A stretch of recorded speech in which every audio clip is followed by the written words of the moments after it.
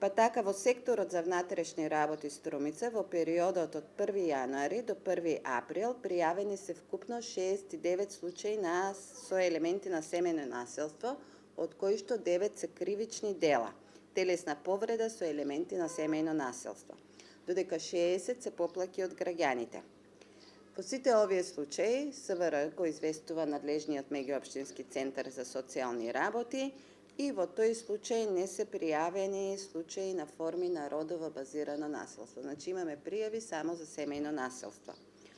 Од меѓуопштинскиот центар за социјални работи во истиот период изречени се 7 привремени мерки за заштита и сите 7 се изречени од страна на судот.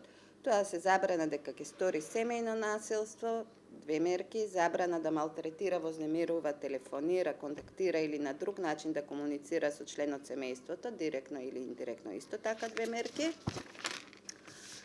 Имаме забрана да се приближува на растојание помалку од 100 метри до живеалиште, училиште, работно место или определено работно место кое редовно го посетува друг член на семејството, 2 мерки, и задолжително лекување на сторителот доколку употребува алкохол, дрога или други психотропни супстанци или има психичко заболување, 1 мерка.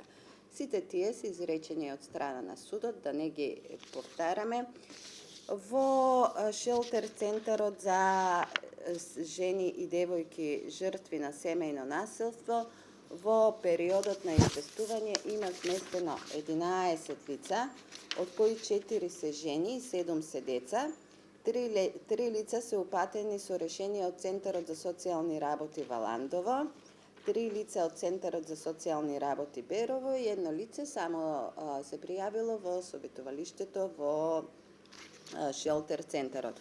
Центарот за социјални работи нема добиено барање за упатување, Струмичкиот центар за социјални работи нема добиено барање за упатување, ниту пак упатило лице, односно не донело решение за згрижување во шелтер центарот.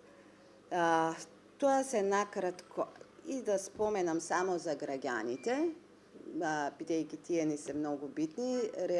Спроведени се вкупно 240 анкетни прашалници. Најголема доверба граѓаните имаат во СВР Струмица, Центар за социјални работи и во граѓанските организации, а најмала е довербата во правосудството, меѓутоа не врз основа на конкретно искуство што го имале со оваа област, туку како резултат на вкупната перцепција за правосудните органи.